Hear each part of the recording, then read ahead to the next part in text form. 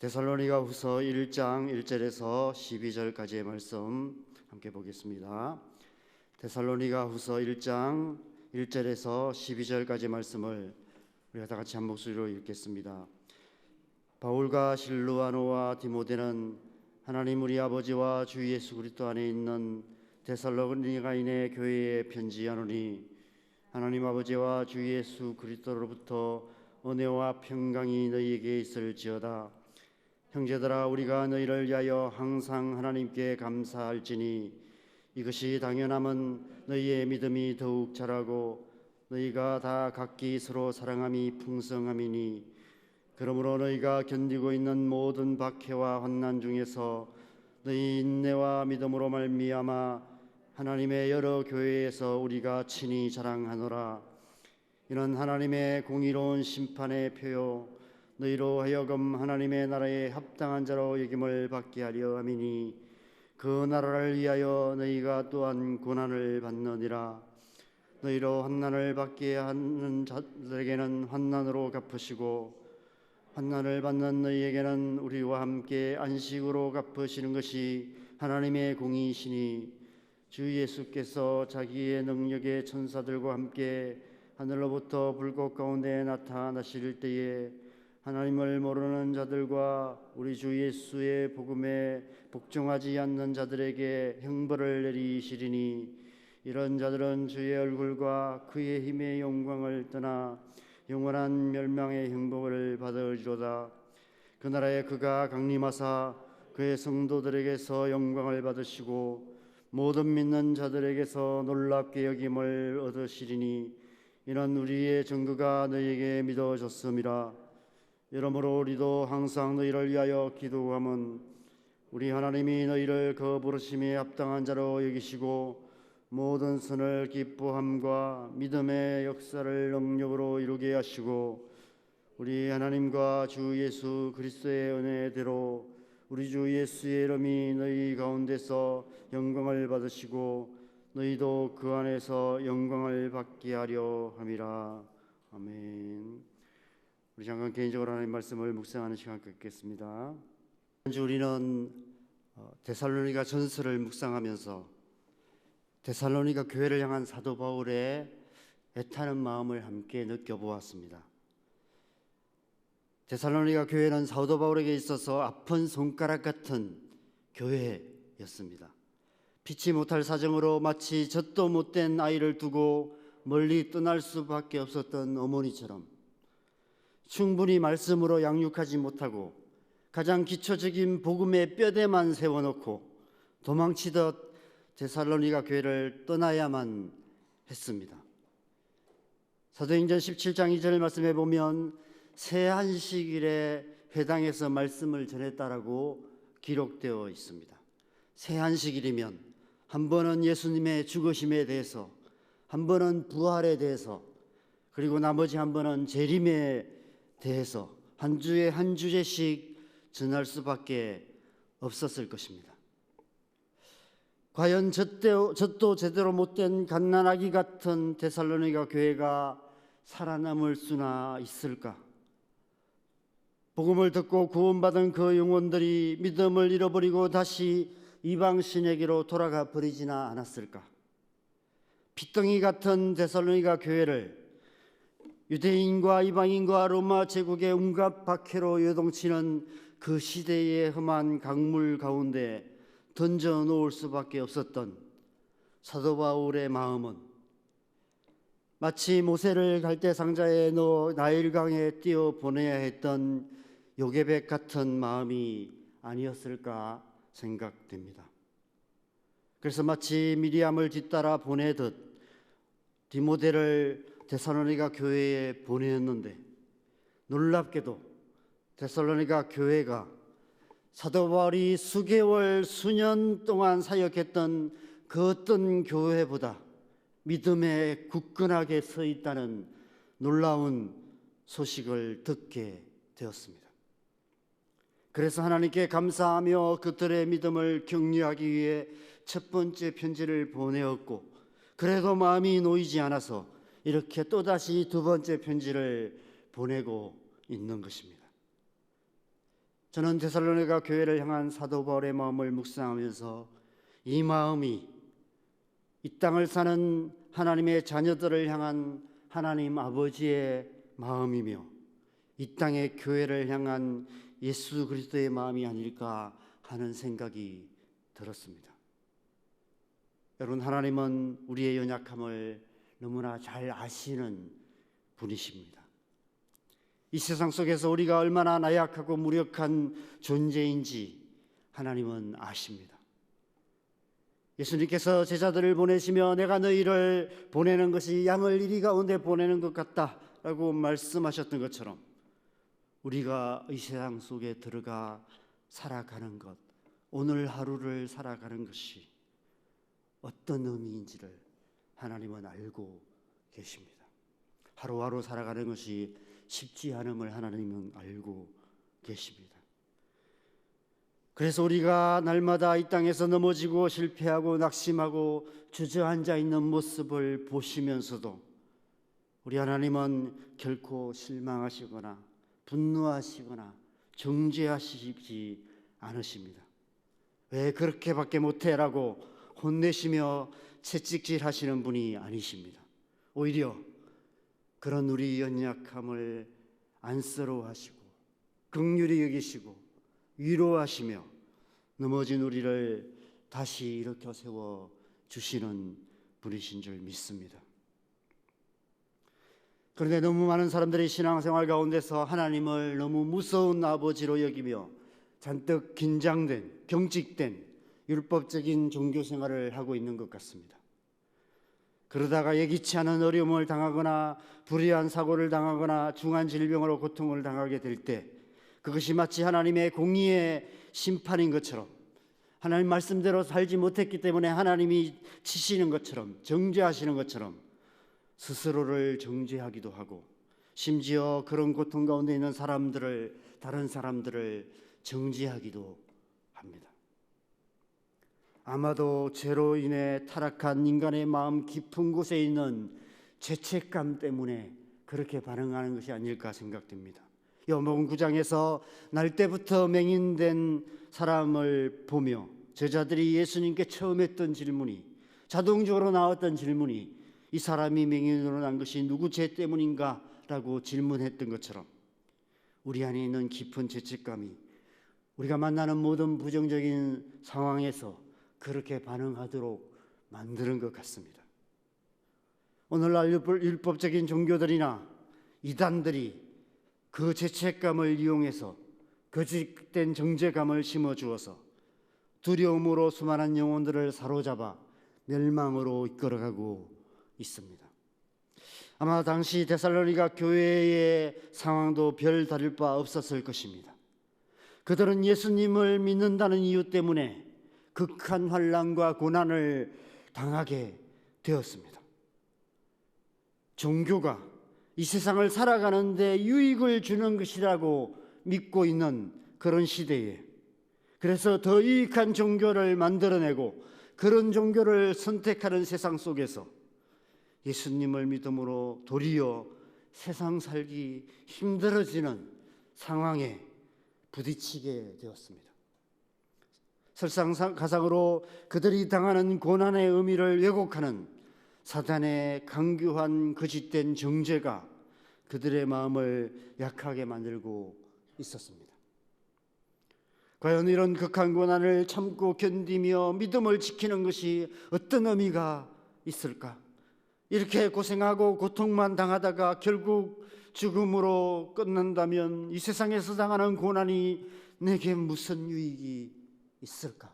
나만 고생하고 끝나면 모르지만 우리의 자녀들까지도 또 똑같은 고난을 당한다면 내가 이 믿음을 우리의 자녀들에게 물려줘야만 할까? 과연 언제쯤 이 고난의 시간이 끝이나 날 수 있을까? 평생 영원히 이런 고통당한 삶을 살아야만 하는 것일까?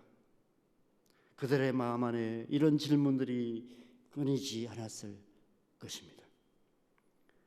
그래서 오늘 두 번째 편지에서 사도 바울은 가장 먼저 그들이 지금 당하는 고난의 의미를 새롭게 해석해 주고 있습니다. 5절 말씀을 함께 읽겠습니다. 5절 말씀 같이 읽겠습니다. 이는 하나님의 공의로운 심판의 표요 너희로 하여금 하나님의 나라에 합당한 자로 여김을 받게 하려 함이니 그 나라를 위하여 너희가 또한 고난을 받느니라. 이 말씀에서 사도 바울은 고난이 하나님의 공의의 심판의 표라고 말씀하며 고난을 두 가지 의미로 말씀해 주고 있습니다. 첫 번째는 너희로 하여금 하나님 나라에 합당한 자로 여김을 받게 하기 위함이다 라고 말씀하시며, 두 번째로 그 나라를 위하여 너희가 고난을 받는 것이다 라고 말씀하고 있습니다. 저는 오늘 본문을 통해서 이 두 가지 의미를 함께 생각해 보겠습니다. 여러분, 먼저 고난은 우리 자신을 위한 것이라고 말씀하고 있습니다. 우리가 하나님 나라에 합당한 자가 되기 위해 고난을 허락하시는 것이다 라고 말씀하시는 것입니다. 고난이 우리를 하나님 나라에 합당한 자가 되게 하시는 하나님의 공의의 심판의 표가 된다는 것입니다. 이 말씀에서 표라는 말의 원어는 엔데이그마라는 말인데, 이 말의 뜻은 표시 또는 증거라는 의미가 있습니다. 표시라는 말은 영어로 토큰으로 번역할 수 있는데, 여러분 토큰이 뭔지 여러분 아십니까? 토큰이 뭔지 아시죠? 옛날 시내버스 승차권 가운데 구멍 뚫린 토큰이라는 것이 있었습니다. 그래서 그 토큰을 넣으면 시내버스를 타고 목적지로 갈 수 있었습니다. 토큰은 다른 말로 교환권, 상품권과 같은 뜻으로 번역할 수 있습니다. 이 엔데이그마라는 단어는 신구약 성경에서 이 구절에 딱 한 번 나오는 단어입니다. 사도 바울은 지금 이 단어를 통해서 고난이 하나님 나라로 가는 유일한 표라고 말씀하고 있습니다.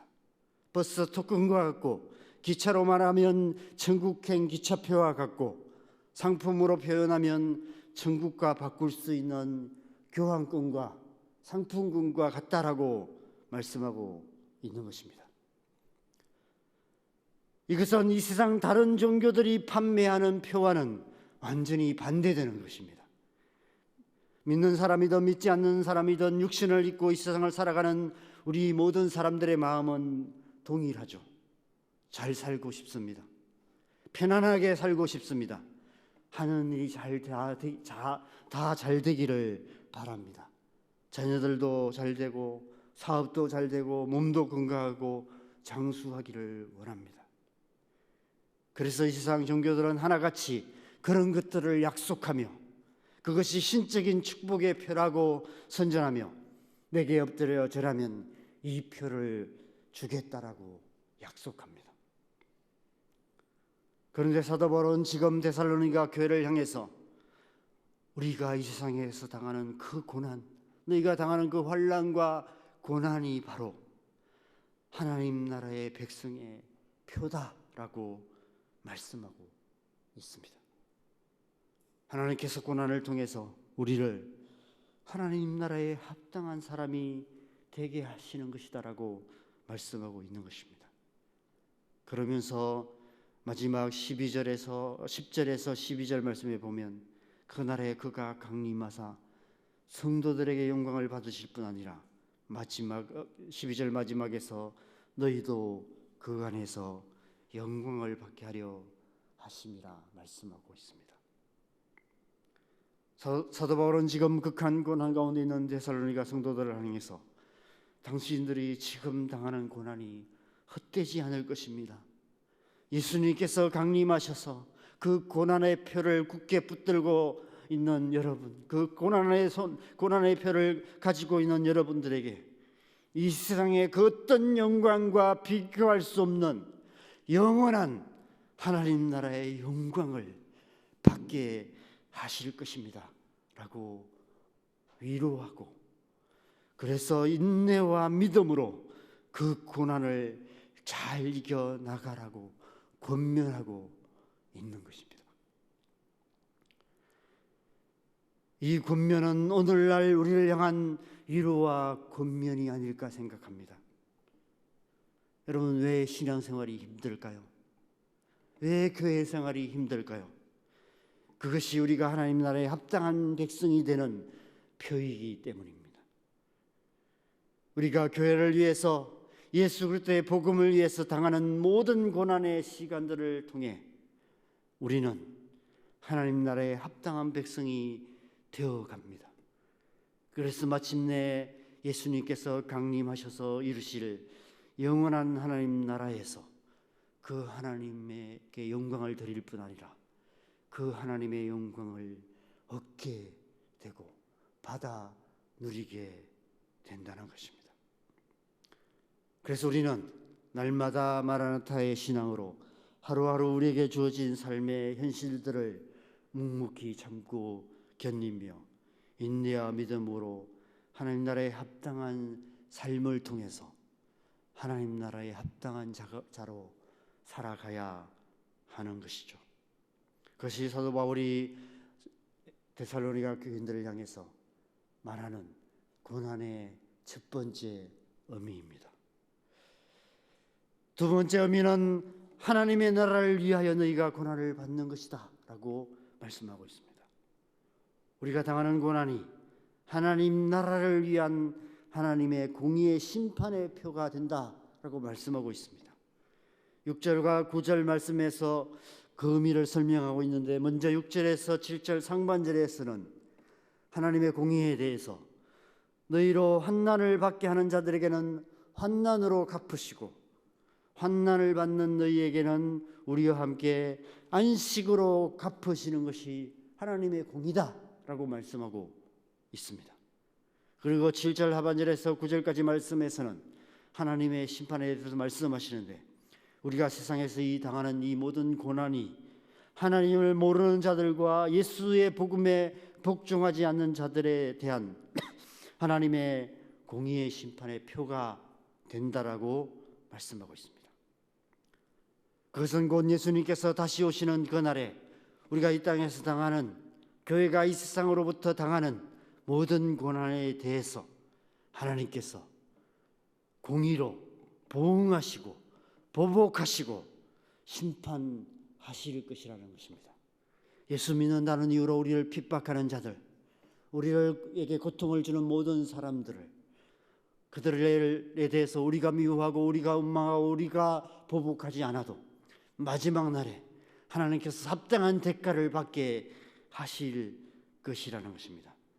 그래서 그 날에 우리가 지금까지 당한 고난, 교회가 초대교회로부터 지금까지 당한, 예수 그리스도 이름으로 당한 모든 고난에 대해서 하나님께서 반드시 하나님의 공의로 심판하실 거라는 것입니다. 그래서 우리가 당한 이 고난 자체가 그 심판의 증거가 된다는 것입니다.